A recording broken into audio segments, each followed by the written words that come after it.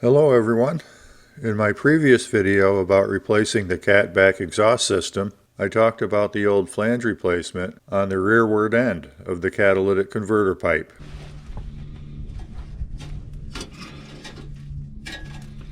This flange I added years ago, and it seems to be still solid enough to use. There are some additional details I think are worth making another video for. For one thing, I didn't include this flange seal donut installation clip in that video. So here it is.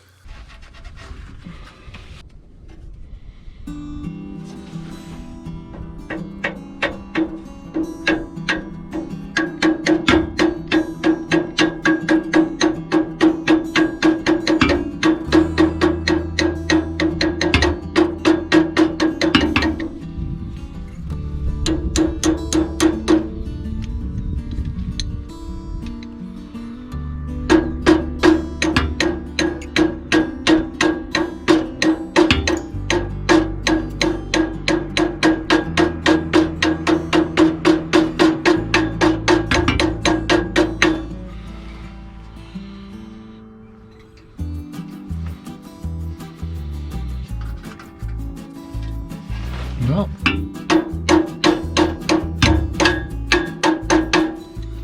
it's on there pretty snug. I don't know what's going to keep it from pushing back any further once there's pressure on it from the other flange with these bolts pulling in. The two bolts here are going to pull in on this to try to hold the seal. Right now it's tight. How well that's going to last remains to be seen. It is to be determined. Here's a clip of what that flange looked like 4.5 years ago before I replaced it.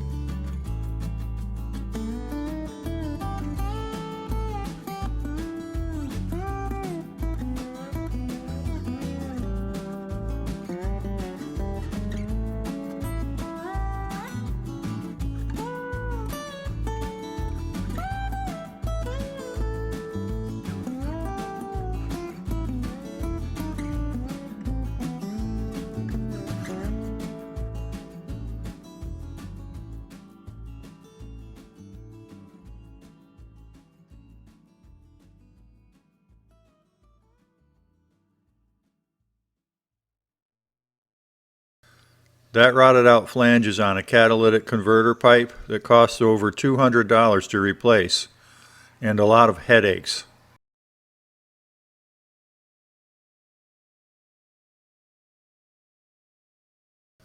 And this replacement flange cost less than $20 back then, so I'd say it was well worth the cost.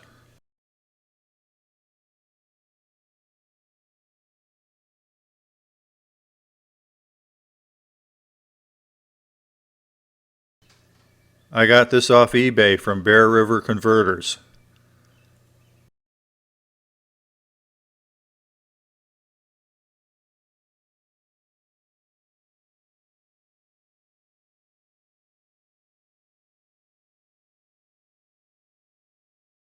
This 2-bolt number with a 2 3/8 inch ID fit my cat pipe perfectly. They have them in a variety of shapes and sizes. And after 4.5 years, I'm still using it.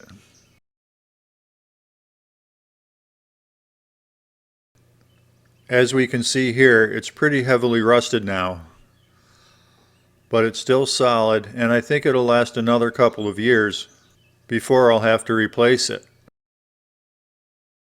By the way, those spring-loaded flange bolts aren't intended to be tightened down until the spring coils are fully compressed. There should be some gap left between the coils to allow for pressure relief in the event the system becomes plugged. So don't do what I did. I just have a bad habit of over-tightening them. So I actually did buy one of these from Bear River Converters. As it says on the invoice here, it's flat oval, split flange, 2 3/8 inch.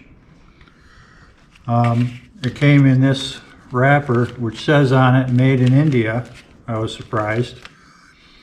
And another thing I noticed is that there's a 5-year, 50,000 mile warranty. So this is what they look like. There's a bolt on each side. Basically, it looks like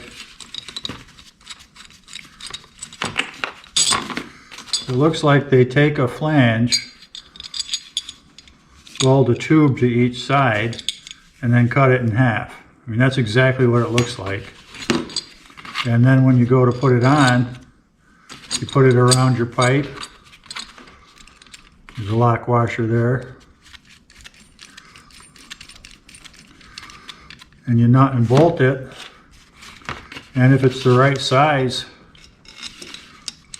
it's going to squeeze that pipe and hold it in place. And that's exactly what mine has been doing for 4.5 years. It's still holding tight.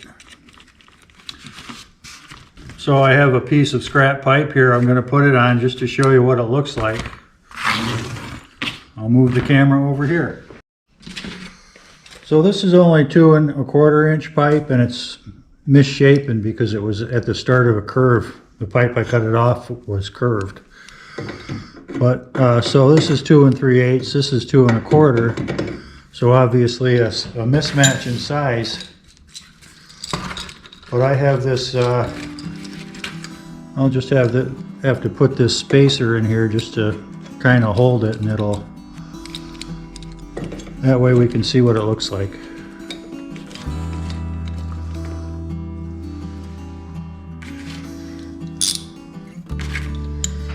So you would put it on your exhaust system, position it where it needs to be, and go ahead and tighten it down.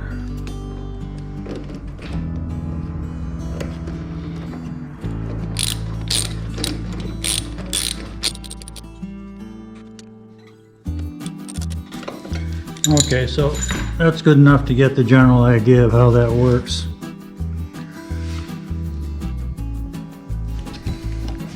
And so what you would want to do is get this evenly spaced around the square cut off pipe.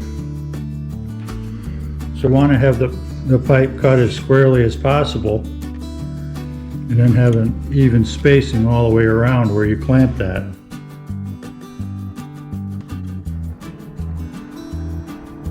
And so I don't have another donut that creates the seal here with the bell end of the other side of that pipe. But I'll just hold it up there so you can see how things line up. This happens to be the resonator pipe that I took off my car.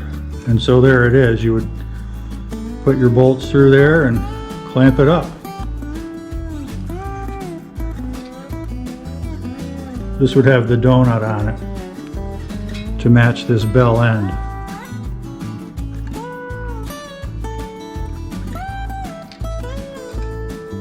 It's just that simple.